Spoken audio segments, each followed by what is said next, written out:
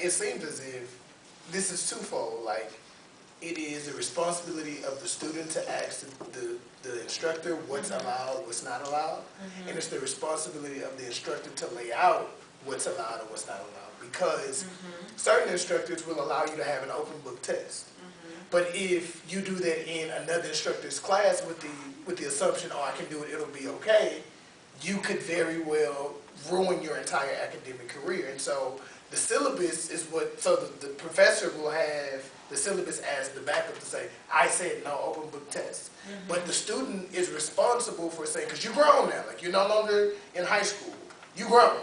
So you have to know how to say, in this class, what is it that I'm allowed to ask you? What is it that I'm allowed to bring for the test? What is it that I'm allowed to use on my papers?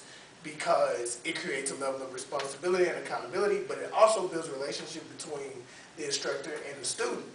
They know that, hey, my teacher said I can't use this, but she didn't say I couldn't use this, so let me go and see if this is okay.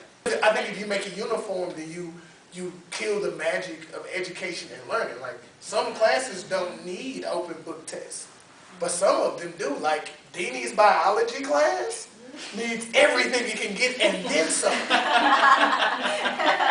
I mean, you need all the help you can get, and not because he's mean, but because the concepts, the material is so difficult, and he wants you to do well, so he's trying to give you enough buffer to do well. But in my classes, we don't need an open book test. Like, either you know it or you don't, and if you don't, I think that almost a lot of it falls on the instructor, though.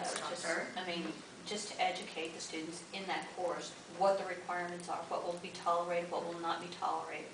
Just like we go in saying, no cell phones in my class, no laptops in my class, whatever the case might be. This has to be one of those things too, that it's out there, everybody knows about it, you keep bringing it up. But I think a lot of the onus falls on the instructor, and then the student will take that from the instructor, and if they're not clear, then they come to you. And some just will never come. I agree that it definitely should vary by class, because some instructors need it and others you don't. Well, I personally like the whole starting off on my honor as a Texas Tech University student. Because I think that actually puts that back onto the student. And it's not necessarily like, oh, well, it was in the handbook, which I didn't read, even though I said I did, and whatnot. That's actually giving them the responsibility themselves. What about pledge? How do you feel about that? Like, I pledge on my honor. I don't necessarily like the pledge, just because of like the Pledge of Allegiance, and I think you're forcing someone into something that they don't necessarily agree with in the first place, I guess. I think that's a little bit more, and that sounds really horrible of me to say, but like, do we want that lack of integrity at Tech then? But I think that's why you say honor as opposed to pledging. Because I think by saying honor, you're putting the ownership on the person, whereas if you're pledging something, then you're kind of putting the responsibility, I guess, on the organization. You're saying, I'm responsible to you. Whereas if you say, on my honor, I'm responsible to myself. Before that, I pledge on my honor. That's what I'm reading. Yeah, no, that totally makes sense. Not only are you being responsible to yourself, but you're also saying that I understand what the university requires from me. Right. So I pledge on my honor. Yeah. Well, I don't know. I'm just throwing it out there. I mean, well, that's I have a sentence. Oh. I'm a synthesizer. Okay. It says, on my honor as a student of Texas Tech, I affirm that I have neither given nor received unauthorized assistance on this assignment. On my honor as a student of Texas Tech, you can put university if you choose, I affirm that I have neither given nor received unauthorized assistance on this assignment. I kind of like the affirm better than the pledge. Yeah. Because it's like, yes, that's the word. That's the word. Diabetes. That's my word. That's the word you're looking for. I really like that. I also think, though, we should add something in, though, about, you have to say something that this is my own work, and I'm not using someone else's, if that makes sense. Because, like, that is specifically saying, test, paper, and whatnot, but we're not saying anything about the actual plagiarism that I think is a lot of problems. This is my own work, this is my own ability of what's going on. Because I think that's also something that I had a problem with all of these things, saying, well, on this assignment, well, what sort of assignment is it? Because, I mean, it's going to be different from, a math test is going to be different than writing an English paper, or a biology paper, or a psychology paper, or, you know, doing a But if project. we're gonna make them write it on everything, we can't have this big soliloquy of, True, you know. but I mean, I think we could do like maybe 2 or 3 more words, well, probably a little bit more than that, to add to this sentence, you know, and I mean, you'll have a nice little paragraph, but something So, they can so copy and what would you paste. add then, like, if you had to? Like add to the best of my ability, are you owning at that point, or not owning? Well, because like we're saying, I have not given or received any unauthorized assistance on this assignment, and this work is my own work or something to the best of my abilities. I mean, I wouldn't say to the best of my abilities, but something that says that this is my own work, so that they're actually saying that this is my own work. Not saying, well, I didn't get any help, but that doesn't mean that I didn't go and copy it off. Yeah, exactly. Yeah, I think that adds another level of ownership to it by saying that it kind of closes that loophole. Of, Yeah. you know. Well, you may only need, 1, 2, 3, 4, 5, 6. You may only need 6 words, because if you end with assistance on this assignment, and this is an original work, or original production, or whatever, then you're done. Yeah, no, that's This perfect, is yeah. an original, yeah. And this is an original whatever, so.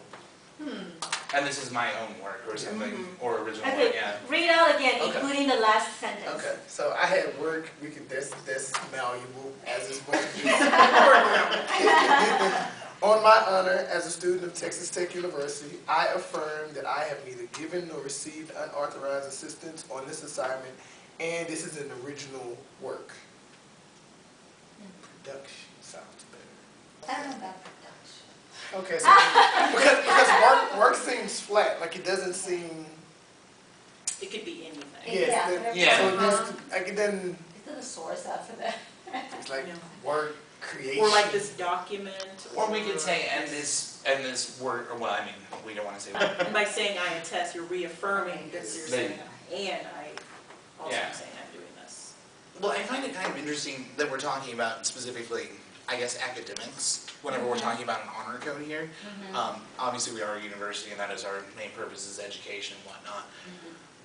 But I also think, in some senses, this is great for putting on a paper and whatnot. But what about our honor code as, like, as Yeah, students in general, as good human beings? Okay, I mean, so that sounds. expanding the definition of, Well, of the range. I think it being more inclusive as to who you're gonna hold accountable to this honor code. I don't think it should just be students. I think, like yesterday's workshop, if anybody is a student, a Texas Tech University employee, student, we all have to be bound by the same honor code, regardless of who we are, what position we hold, or.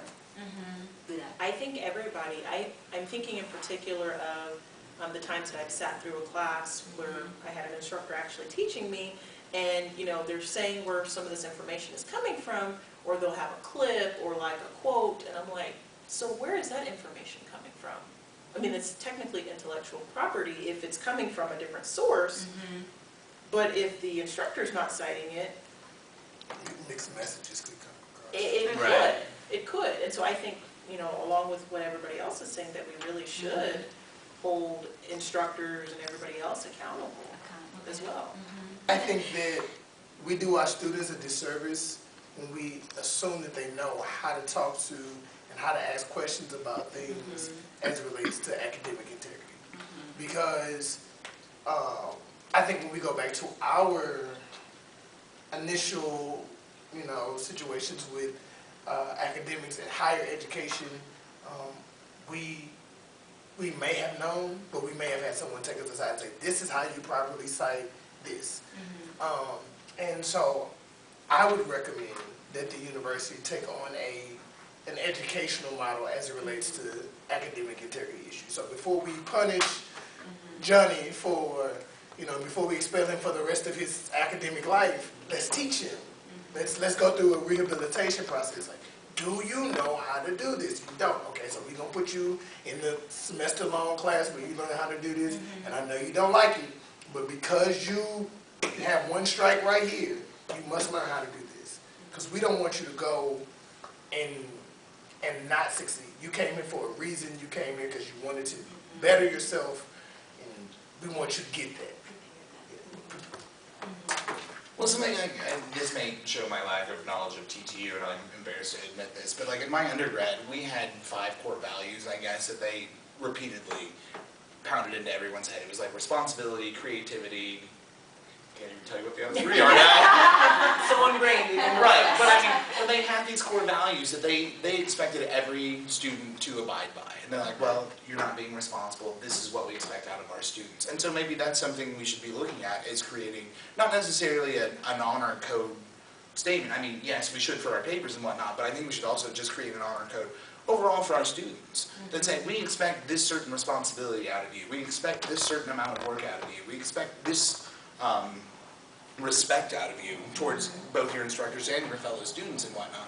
And, you know, and it can be really simple, that it's, you know, 4 or 5 words, again, that's just simple, but everybody knows, and that's what we're expecting out of you. And then if these people do kind of screw up and whatnot, then we can take them aside and say, hey, listen, we're really wanting you to learn this, because this is going to make you an even more better and more well-rounded person whenever you leave the university.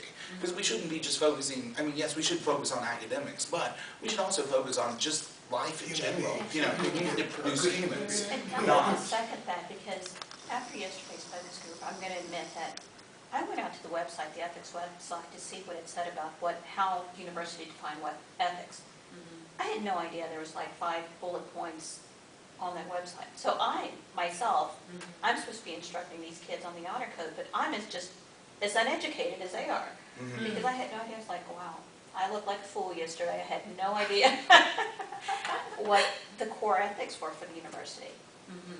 So I think it's a learning process, especially if tech is really trying to get to Tier 1 status. It becomes even more important that we have that core value.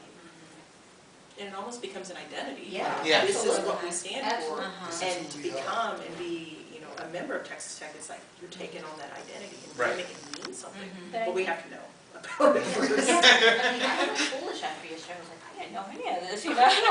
I didn't look. But I think the other piece of this whole thing, though, is that we have to be serious about it. The university has to be serious about it.